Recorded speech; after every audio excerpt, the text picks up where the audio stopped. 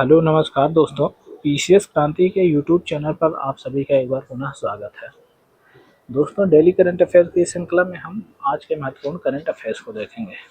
उससे पहले कल के होमवर्क जो आपको दिया जाता है, जिसका आपका आंसर कमेंट बॉक्स में कमेंट करना पड़ता है। तो वह क्वेश्चन है कल का, हाल ही में लगभग 30 साल बाद केप गिद्ध कहाँ देखे गए। तो केप गिद्ध के बारे में पहले आप कुछ बातें जान लें। दोस्तों, केप गिद्ध अफ्रीकी महाद्वीप के स्केल्टन कोस्ट किसे बोला जाता है, तो यह नामीबिया जो अफ्रीका ऐसे है, जो यहाँ पे यह कोस्ट है, यहाँ पे नामीबिया है और यह है दक्षिण अफ्रीका। यहाँ पर ये जो स्केल्टन कोस्ट है, यहाँ पर केप गिद्ध देखे जाते हैं। ठीक है, और इन केप गिद्धों में हाल ही में कुछ समय पहले डिक्लोफेनिक नामक दवा की वजह से ये सब गायब हो गए, यानी कि विलुप्त हो गए पूरी तरह से। लेकिन अभी हाल ही में एक जगह केप गिद्ध दिखाई दिए हैं। तो अब के उसी का क्वेश्चन पूछा गया, उसी से संबंधित। ऑप्शन ए है नामीबिया, ऑप्शन बी है दक्षिण अफ्रीका, ऑप्शन सी है तंजानिया, ऑप्शन डी है इनमें से कोई नहीं। तो दोस्तों, दक्षिण अफ्रीका के केप ऑफ गुड होप में लगभग 30 साल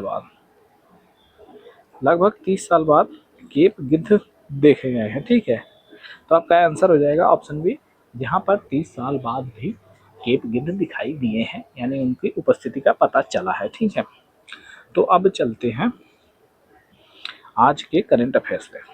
तो यह दोस्तों है कि 2 रेल कंपनियों को नवरत्न का दर्जा दिया गया। पहला करंट अफेयर आज का कि कौन सी 2 कंपनियों को नवरत्न का दर्जा दिया गया, तो इससे संबंधित तथ्य को देखते हैं। तो दोस्तों, आईआरसीटीसी जो रेल कंपनियां हैं, यानी रेल से संबंधित यह उपक्रम है दोनों।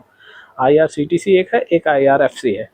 जो आईआरसीटीसी है, यह रेल टिकट बुकिंग एवं खान पान सेवाओं से संबंधित है, यानी कि यहाँ पर आप रेल टिकट कर लेंगे और यात्रा के दौरान खाने पीने की वस्तुएं आप मंगा सकते हैं, ऑनलाइन बुक कर सकते हैं, ऑनलाइन ऑर्डर कर सकते हैं। ठीक है, और जो आईआरएफसी है, यह है भारतीय रेलवे का वित्त पोषण उपक्रम है, यानी कि यह रेलवे को वित्त प्रदान करती है। यानी कोई भी योजना, कोई भी चीज होगी, अगर लागू करना होता है या फिर रेलवे में बनाना होता है, तो उससे संबंधित वित्त का निर्माण करती है। ठीक है, अब चलते हैं अपने अगले बिंदु की तरफ। यह है एशियन योगासन चैंपियनशिप। और ये दोस्तों, यह थी जो कंपनी आईआरसीटीसी ये 25वें नंबर की नवरत्न कंपनी, आईआरएफसी है जो 26वें नंबर की कंपनी है। तो इस तरीके से कुल नवरत्न कंपनियां हो गई 26। ठीक है, तो आप ये बिंदु ध्यान देंगे। ठीक है, अब चलते हैं अगले बिंदु की तरफ। तो यह बिंदु है एशियन योगासन चैंपियनशिप। तो इससे संबंधित महत्वपूर्ण तथ्य को देखते हैं, क्या क्या महत्वपूर्ण बिंदु हैं, तो इसे वो देख लेते हैं। तो दोस्तों, इसका आयोजन किया जाएगा इंदिरा गांधी स्टेडियम नई दिल्ली में, यानी कि एशियन योगासन चैंपियनशिप का जो, और इसका दोस्तों संस्करण जो है, यानी कि इसका जो संस्करण है वह सेकेंड है, यानी दूसरा एशियन योगासन चैंपियनशिप का आयोजन इंदिरा गांधी स्टेडियम नई दिल्ली में किया जाएगा और इसकी अवधि होगी 29 से 31 मार्च 2025 में। ठीक है, और कुल देश इसमें 16 भाग लेंगे। आयोजनकर्ता कौन सा है? खेल मंत्रालय व योगासन भारत के सहयोग से एशियन योगासन चैंपियनशिप, जो कि सेकेंड संस्करण है, इसका आयोजन इंदिरा गांधी स्टेडियम नई दिल्ली में 29 से 31 मार्च 2025 को किया जाएगा। आप यह बिंदु नोट डाउन कर लेंगे अच्छे तरीके से और इसे अपना एक नोट्स बनाते चलेंगे, जिससे आपको करंट अफेयर में बहुत ज़्यादा समस्या नहीं हो। ठीक है, अब चलते हैं अगला बिंदु तरफ। तो यह मुख्यमंत्री एकल महिला स्वरोजगार योजना। मुख्यमंत्री एकल महिला स्वरोजगार योजना, तो अब क्या है, आप इससे संबंधित महत्वपूर्ण तथ्यों को देखेंगे कि कौन से राज्य ने इसको जारी किया, इसकी पात्रता क्या है, इसकी विशेषताएं क्या है, इसका उद्देश्य क्या है। ठीक है, तो ये सब बिंदु हम इसे नोट डाउन कर लेंगे, इसको देख लेंगे।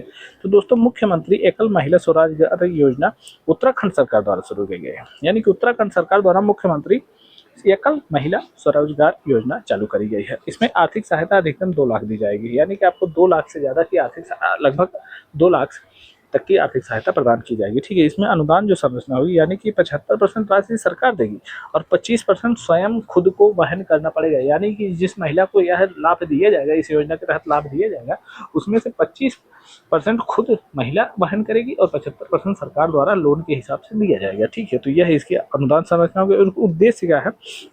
कि इसमें पात्रता एक तरीके से मान सकते हैं। इसमें अविवाहित, तलाकशुदा, परित्यक्ता, निराश्रित और दिव्यांग एकल महिलाओं को सशक्त बनाने के लिए मुख्यमंत्री एकल महिला स्वरोजगार योजना, यानी कि अकेली महिला का खुद का अपना रोजगार हो, ऐसा इस योजना में बताया गया है। यानी इस योजना को लाने का यह उद्देश्य है। ठीक है, तो आप इसे नोट डाउन कर लेंगे अच्छे से, इनके सारे बिंदु को अच्छे तरीके से देख लेंगे। दोस्तों, वन तारा पशु बचाव केंद्र, वन तारा पशु बचाव केंद्र, इससे संबंधित महत्वपूर्ण तथ्यों को देख लेते हैं। क्या है, कहाँ स्थिति है इसकी, क्या। ठीक है, इसकी अवस्थिति है रिलायंस रिफाइनरी परिसर, जामनगर, गुजरात। यानी कि रिलायंस के जामनगर रिफाइनरी में वन तारा पशु बचाव केंद्र की स्थापना करी गई है। ठीक है, तो दोस्तों, और इसका उद्घाटन अभी हाल ही में हुआ है, जिसका उद्घाटन किया है पीएम मोदी ने। और इस वनतारा पशु बचाव केंद्र का उद्देश्य क्या है, तो दोस्तों ये इसका उद्देश्य है वन जीवों का बचाव, संरक्षण और पुनर्वास। ये 3000 एकड़ में फैलाव है इसका टोटल, और यहाँ पर 1000 प्लस प्रजातियां और 1.5 लाख से अधिक बचाए गए जीव जंतु हैं। ठीक है, आप इन सब बिंदुओं को, वन तारा पशु बचाव केंद्र के बिंदुओं को आप नोट डाउन कर लेंगे, अच्छे तरीके से लिख लेंगे दोस्तों। ठीक है, अब चलते हैं हम अपने अगले बिंदु की तरफ। तो दोस्तों, क्रिश्चियन स्टॉकर क्या बने हैं, ऑस्ट्रेलिया के नए फेडरल चांसलर बने हैं। क्रिश्चियन स्टॉकर कहाँ के, ऑस्ट्रेलिया के नए फेडरल चांसलर बने हैं क्रिश्चियन स्टॉकर। यह बिंदु आप नोट डाउन कर लेंगे, यानी कि लिख लेंगे। ठीक है, अब चलते हैं अपने अगले बिंदु की तरफ। दोस्तों, यह आहार मेला 2025। तो दोस्तों, हम देखेंगे आहार मेला 2025 से संबंधित महत्वपूर्ण तथ्यों को, कि क्या क्या इससे संबंधित तथ्य हैं और क्या चर्चा में है क्या, और फिर इस महोत्सव को मनाने का उद्देश्य क्या है। ठीक है, तो दोस्तों, आहार मेला जो है इसका आयोजन किया जाएगा भारत मंडपम नई दिल्ली में। यानी कि आहार मेला 2025 का आयोजन भारत मंडपम नई दिल्ली में किया जाएगा, और इसकी अवधि होगी 5 से 8 मार्च 2025 को। 5 से 8 मार्च 2025 तक नई दिल्ली की भारत मंडपम में आहार मेला 2025 का आयोजन किया जाएगा, और इसका आयोजन करता है भारतीय व्यापार संवर्धन संगठन ITPO और खाद्य प्रसंस्करण उद्योग मंत्रालय। ठीक है, तो यह इससे संबंधित महत्वपूर्ण तथ्य था। और दोस्तों, इसका उद्घाटन किया है केंद्रीय खाद्य प्रसंस्करण उद्योग मंत्री चिराग पासवान ने, और इसमें जो विदेशी भागीदार है, टोटल 22 देशों के लगभग 80 प्रतिभागियों ने इसमें भाग लिया। ठीक है, तो इसका महत्वपूर्ण बात है कि आहार मेले से संबंधित महत्वपूर्ण तथ्यों की, इसका आयोजन कहाँ हुआ है, आयोजन डेट क्या है, और फिर आयोजन करता कौन सा, उसका उद्घाटन किसने किया। तो यह सब बिंदु आप नोट डाउन कर लेंगे और लिख लेंगे आहार मेले से संबंधित। इसका एक बार पुनः देख लेते हैं। इसका आयोजन स्थल है भारत मंडपम नई दिल्ली, अवधि है 5 से 8 मार्च 2025, और आयोजन करता है भारतीय व्यापार संवर्धन संगठन ITPO खाद्य प्रसंस्करण उद्योग मंत्रालय, और इसका उद्घाटन किया केंद्रीय खाद्य प्रसंस्करण मंत्री चिराग पासवान द्वारा। ठीक है, अब चलते हैं अपने अगले बिंदु की तरफ। तो यह बिंदु है अयोध्या यात्रा ऐप। दोस्तों, अयोध्या विकास प्राधिकरण द्वारा यह ऐप को लॉन्च किया गया है। तो और इस ऐप की विशेषताएं क्या है, अयोध्या के प्रमुख मंदिरों और धार्मिक स्थलों का लाइव दर्शन और 360 वर्चुअल टूर की सुविधा। यानी कि इस ऐप के माध्यम से आपको हर अयोध्या में जितने भी मंदिर है उन सबका लाइव दर्शन हो जाएगा, और उनसे टूर करने, वर्चुअल रूप से आपको टूर भी एक तरीके से हो जाएगा। इसलिए इसको लॉन्च किया गया अयोध्या विकास प्राधिकरण द्वारा। ठीक है, आप इस बिंदु नोट डाउन कर लेंगे, अच्छे से लिख लेंगे। ठीक है, अब देखेंगे हम अपने अगले बिंदु को। तो दोस्तों, साइंस सिटी कहाँ कहाँ बनाई जा रही है, इसे समझ महत्वपूर्ण देख लेते हैं।